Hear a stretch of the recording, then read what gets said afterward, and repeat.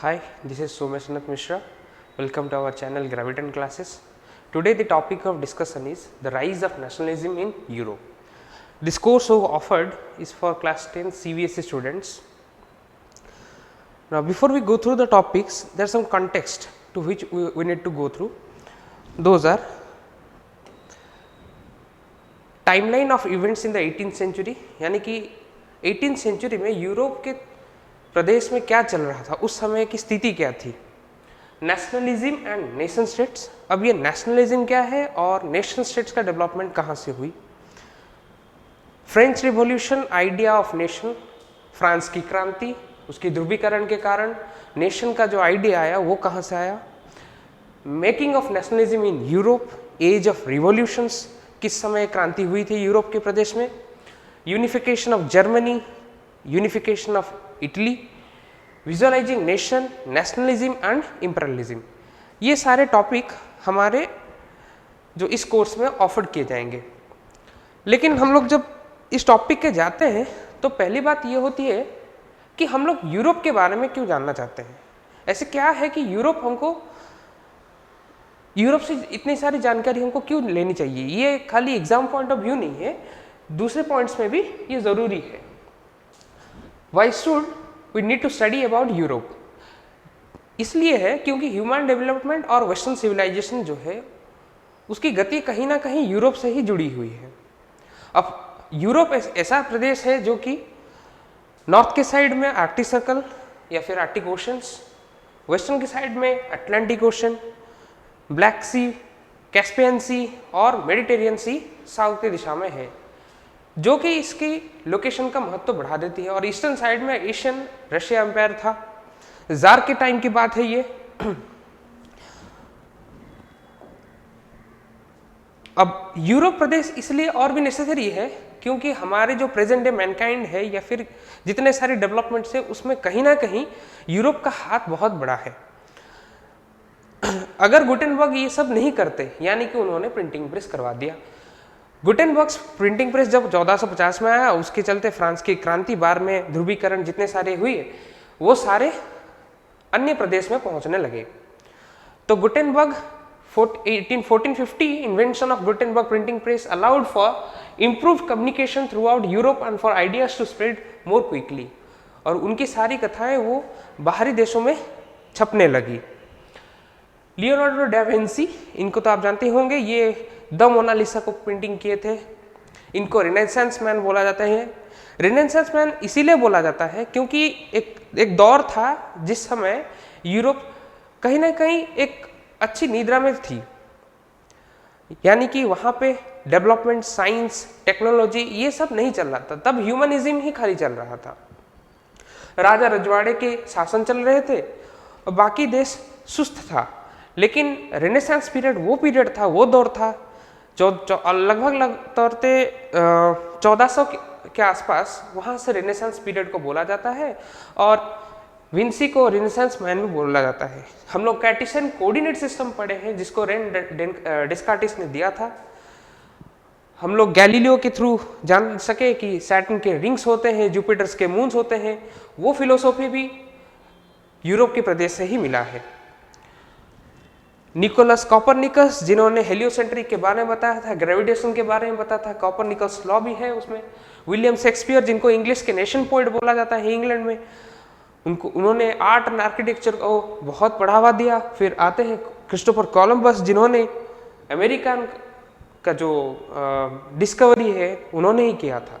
इसीलिए यूरोप के बारे में जानना बहुत ज़रूरी है. अब टाइमलाइन ऑफ इवेंट्स में कुछ इस तरह रहता है कि इवेंट्स क्या है, उसके फॉर्म्स क्या रहते हैं, उसके इफेक्ट क्या रहते हैं 18th सेंचुरी में, इंडस्ट्रियल रिवॉल्यूशन क्या होता है, कॉलोनाइजेशन क्या होता है, रीड्रायल ऑफ नेशनल बाउंड्री क्या रहता है, decolonisation and political philosophies like communalism, capitalism, socialism.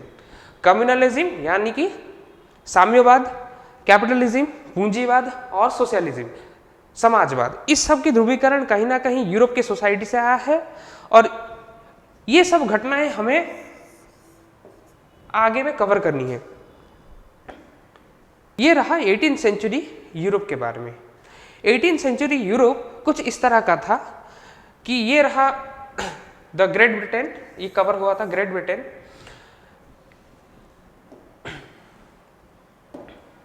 ये रहता था कॉन्फेडरेशन ऑफ राइन, जिसको आज के डेट पे हम लोग बोलते हैं द जर्मन, जर्मनी बोलते हैं, वो तब के टाइम पे राइन था। द कॉन्फेडरेशन ऑफ राइन, ये रहा फ्रांस एम्पायर जिसको बोलते हैं French empire. Kingdom of Spain, Italy तब उस प्रदेश में था जहां राइन के शासक थे। और फिर ऑस्ट्रियन एम्पायर, और ये रहा प्रूशियन किंगडम ऑफ प्रूशिया, और ये रहा रशियन स्टेट्स। अब ये एक टॉपिक है redrawal of national boundaries. Redrawal of national boundaries कहाँ से आती है?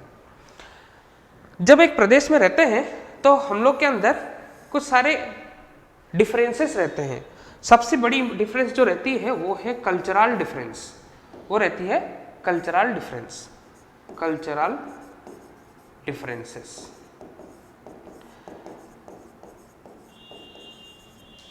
Due to cultural differences cannot be ruled under large empire. अगर बड़े राजा के अंदर, एक बड़े साम्राज्य के अंदर हम लोग को रखा गया, तो हम लोग के अगर डिफरेंट कल्चर रहते हैं तो वो एक के दूसरे के साथ मेल नहीं खाते, जिसके कारण आपस में तनाव बढ़ता रहता है। इसके चलते उस टाइम के समाज में ये सोचा कि हम अब एक दूसरे को शासन करेंगे, अपना कल्चर को प्रिजर्व करना चाहिए। इसीलिए उन्होंने एक टॉपिक को इनिशिएट किया था, वो था रीड्रॉयल ऑफ नेशनलिज्म।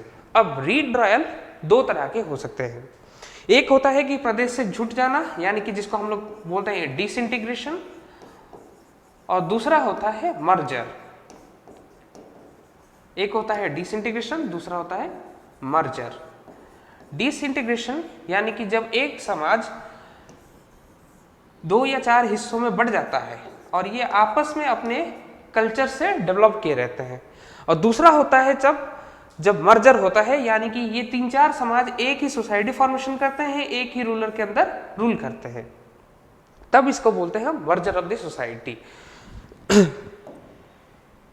ये प्रेजेंट डे यूरोप का मैप है, पॉलिटिकल मैप है। आज के ज़माने में हम लोग जब देखते हैं तो फ्रांस, ये रहा फ्रांस, ये रहता है स्पेन।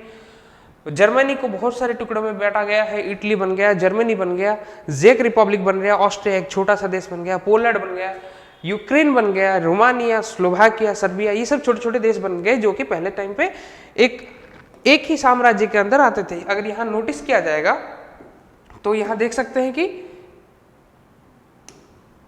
ये जो हिस्से थे, ये सारे हिस्से टर्किश एम्पायर के अंदर थे। ये टर्किश एम्पायर के अंदर, यानी कि तुर्क के राजा यहाँ पे शासन किया करते थे।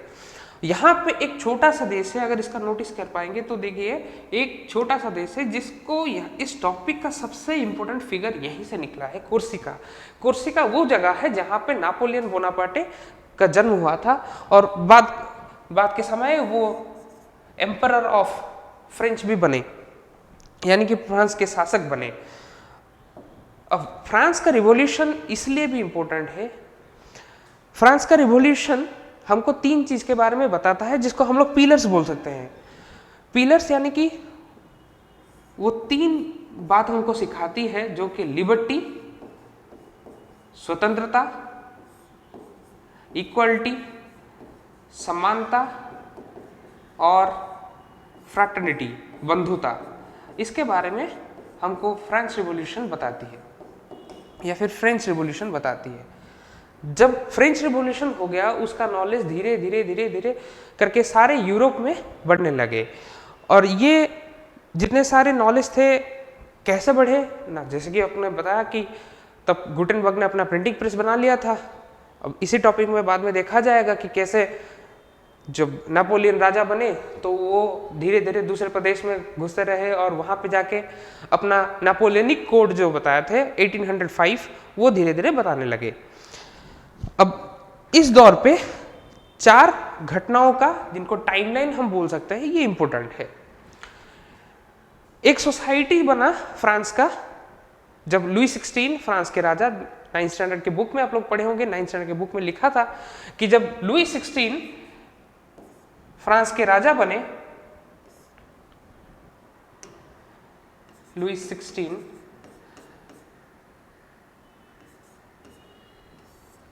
ये जब फ्रांस के राजा बने तब फ्रांस का जो खजाना घर था यानी कि ट्रेजर था वो एम्प्टी था और लगभग 2 बिलियन लीवर का उनके ऊपर डेप्ट था, यानी कि वो उतने अमाउंट के ऋणी थे। धीरे धीरे ये सोसाइटी को क्लास में बदला गया था और फिर उसके ऊपर मिडिल क्लास धीरे धीरे एक सेंटिमेंट डेवलप करने लगा कि वी द पीपल, यानी कि ये जो रिवॉल्यूशन है ये कॉन्सेप्ट पे बेस है, ये based on the principle that we the people, यानी कि हम शासक खुद हैं अपने, वी द पीपल। अब इस पीपल वाले टर्म को और आगे एलाबोरेट करने के लिए नापोलियन बोनापार्टे का जन्म हुआ था।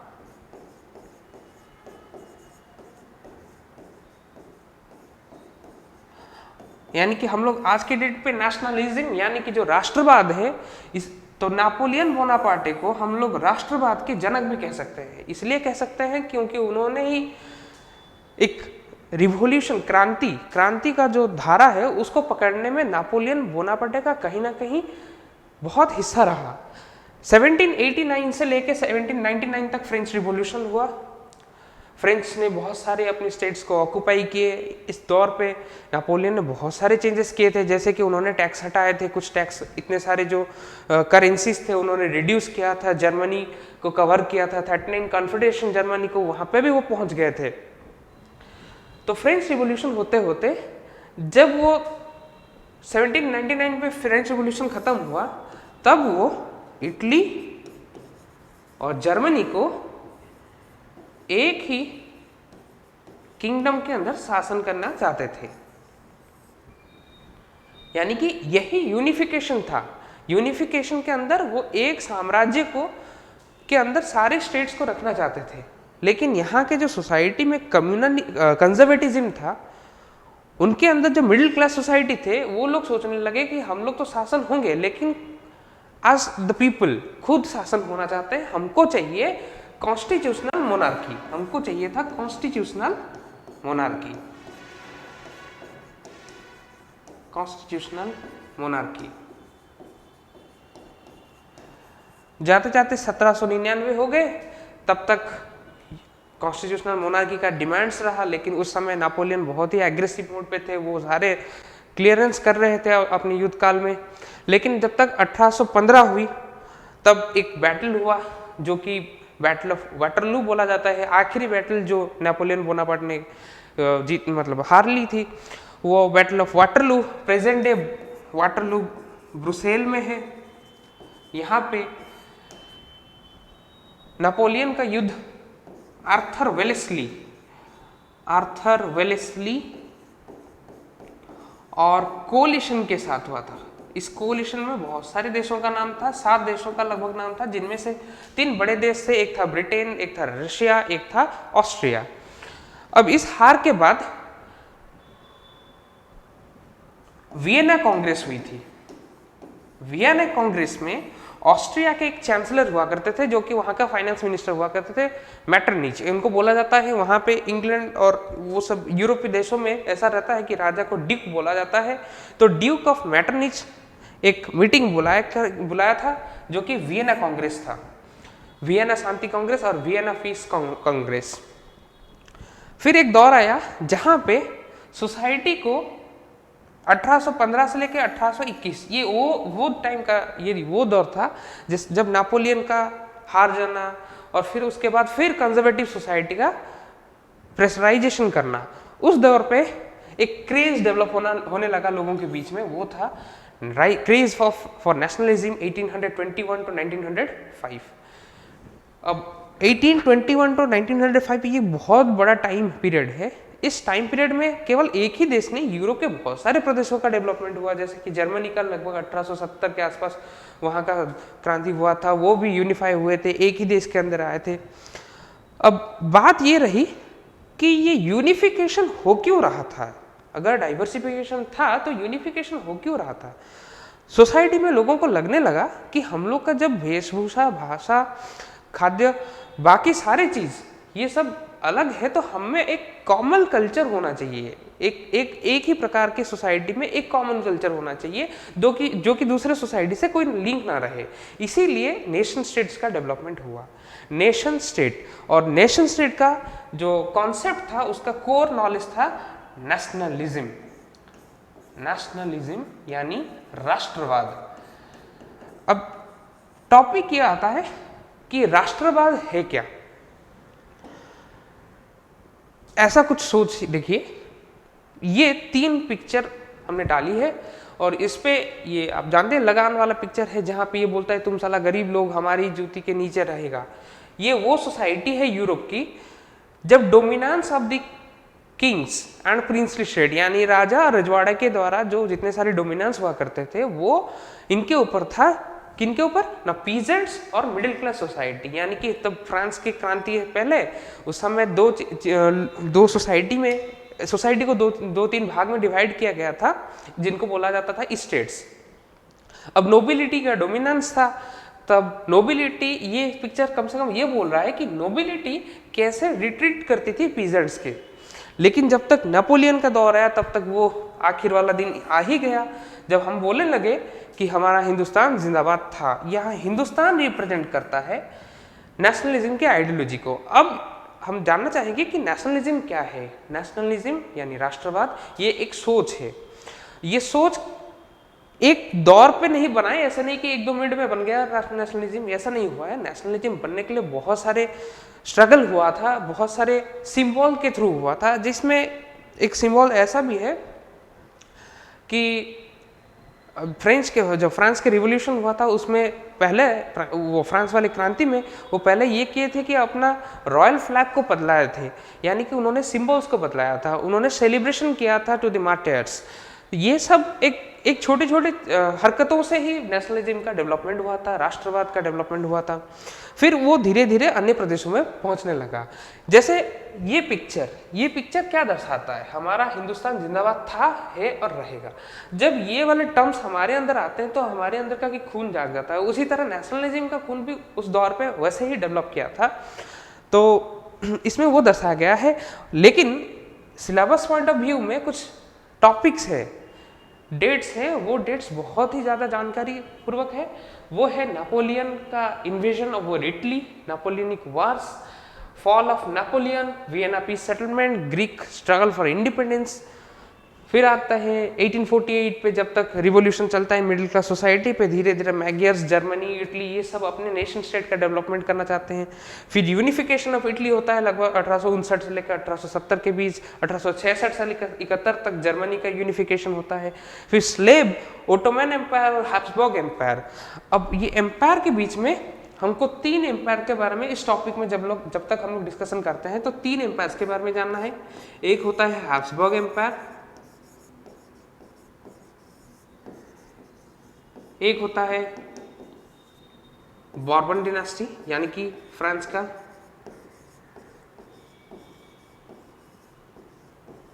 और एक होता है ओटोमन एम्पायर।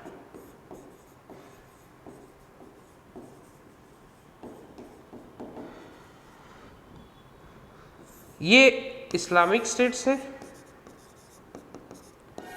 बाकी ये जो डिनास्टी है ये क्रिश्चियनिटी को प्रमोट करती है, कैथलिक सोसाइटी थी, कैथलिक, जो कि क्रिश्चियनिज्म को प्रमोट करती थी। ग्रीक का वो सोसाइटी था, ग्रीस के सोसाइटी उस समय का यूरोप का दौर वो ऐसा दौर था जिस समय चर्च का प्रमोशन ज़्यादा हो रहा था, सेल्फडोमिनिज्म चल रहा था। उस दौर पे धीरे धीरे कैसे फ्रांस की क्रांति हुई और फ्रांस के तहत अन्य प्रदेशों में कैसी क्रांति हुई, ये हम लोग इस टॉपिक पे डिस्कशन करेंगे। तो हम लोग सारे बाकी टॉपिक्स नेक्स्ट चैनल पे, नेक्स्ट अपने लेक्चर पे डिस्कशन करेंगे। That's all, thank you.